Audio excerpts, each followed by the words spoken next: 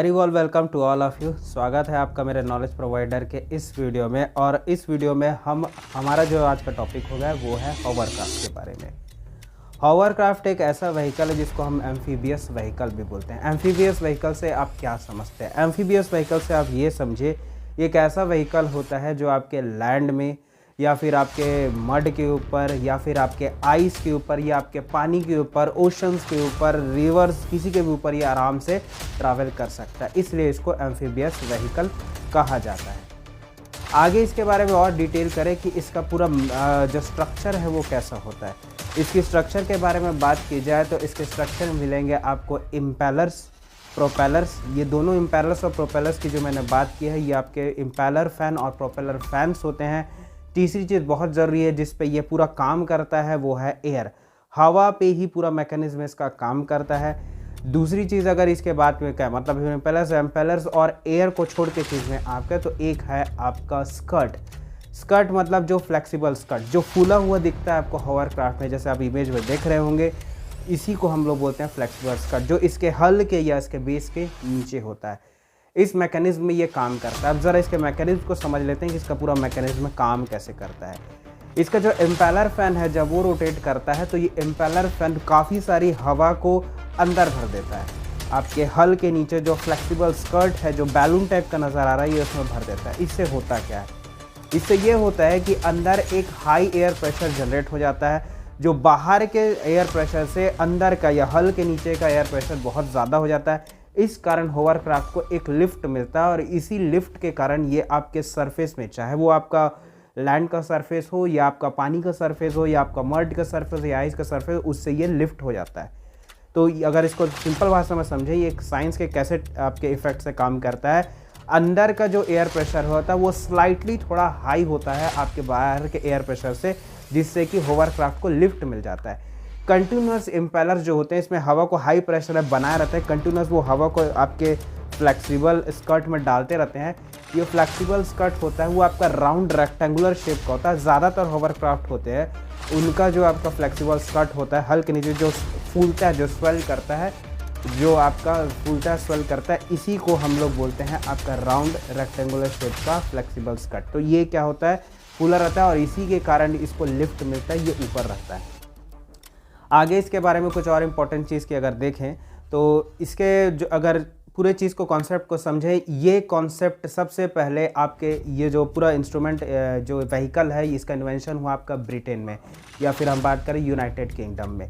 तो United kingdom में 1950s में जो क्रिस्टोफर कॉकरेल थे उन्होंने इस व्हीकल का इन्वेंशन किया। तो इन्वेंशन तो हुआ था आपके यूनाइटेड किंगडम से में, लेकिन इंडिया में ये कौन से आपके, क्या ये मिलिट्री में है, क्या ये इंडियन नेवी में है, ये कौन से हमारे सब पार्ट पे? ये ना आपके इंडियन नेवी में है ना ये आपके इंडियन मिलिट्री में है, ये है आपके इंडियन कोस्ट गार्ड्स।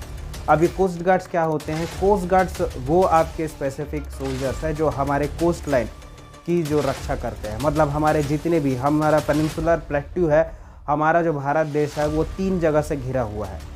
तो इस तीनों जगह से समुद्र से घिरे हुए जो तटीय इलाके हैं जिसको कोस्टल लाइंस बोलते हैं, इनको ये गार्ड करते हैं।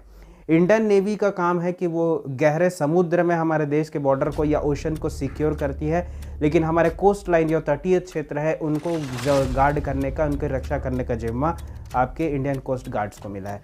तो उनके लिए इन हॉवरक्राफ्ट को मंगाया गया और सबसे पहले ये कितनी संख्या में, लगभग 15 से 18 की संख्या में ये इंडियन कोस्ट गार्ड्स इनको ऑपरेट कर रहे हैं। एडवांटेज काफ़ी मिलता है इन इंडियन कोस्ट गार्ड्स को इसका, क्योंकि ये आपके पानी के ऊपर या आपके लैंड के ऊपर या मिट्टी के ऊपर, ज़मीन के ऊपर किसी में भी आराम से भाग सकता है। एम्फीबियस व्हीकल की खासियत क्या होती है?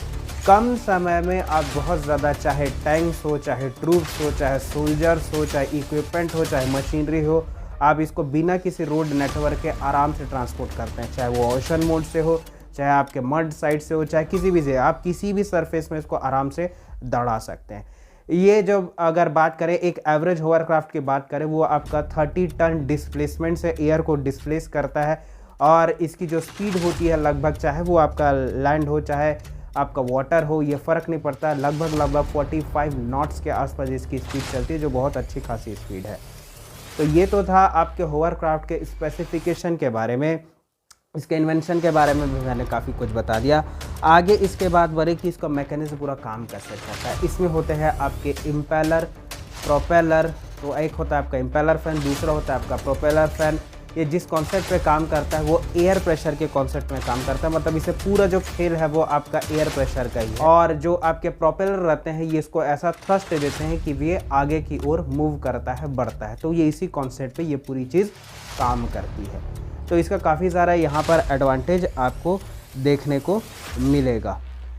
कई होवरक्राफ्ट में आप ये देखेंगे कि उसमें इम्पेलर्स और प्रोपेलर्स में अलग अलग फ़ैन या अलग अलग इंजन नहीं होंगे, एक ही इंजन होगा, एक ही फ़ैन होगा और एक ही फ़ैन को डक्टिंग के मीडियम से या डक्टिंग के माध्यम से इसमें क्या होता है, जैसे इम्पेलर होता है वो आपके फ्लेक्सिबल स्कर्ट में हवा पहुंचाता है जिससे कि जो आपका फ्लेक्सिबल स्कर्ट है फूल जाता है। तो इसका एक ही इंजन के ज़रिए किया जाता है, डक्टिंग के ज़रिए एक ही फ़ैन से आप फ्लेक्सिबल स्कर्ट को स्वेल करते हैं, फुला भी सकते हैं और उसी फ़ैन के ज़रिए आप इसको थ्रस्ट भी दे सकते हैं उस इंजन के। तो एक ही इंजन से दोनों काम भी हो जाता है। ये ज़्यादातर ऐसे होवरक्राफ्ट में यूज़ किया जाता है जो थोड़ा सा छोटे हो, जो थोड़ा स्मॉल वेरिएंट्स हो, उसमें देखा जाता है। बड़े बड़े जितने भी होवरक्राफ्ट है, जैसे यूएस की जो आपकी नेवी इस्तेमाल करती है, इंडियन नेवी इसका यूज़ नहीं कर रही है, लेकिन जो इंडियन कोस्ट गार्ड्स हैं वो इसको हमारे कंट्री में यूज़ करते हैं लगभग 15 से 18 की संख्या में, जो इसको अच्छा खासा एक एज मिलता है। तो होप ये वीडियो आपको पसंद आया होगा। आप कमेंट करके बताइए कि मैं नेक्स्ट वीडियो कौन सा बनाऊं। Thank you.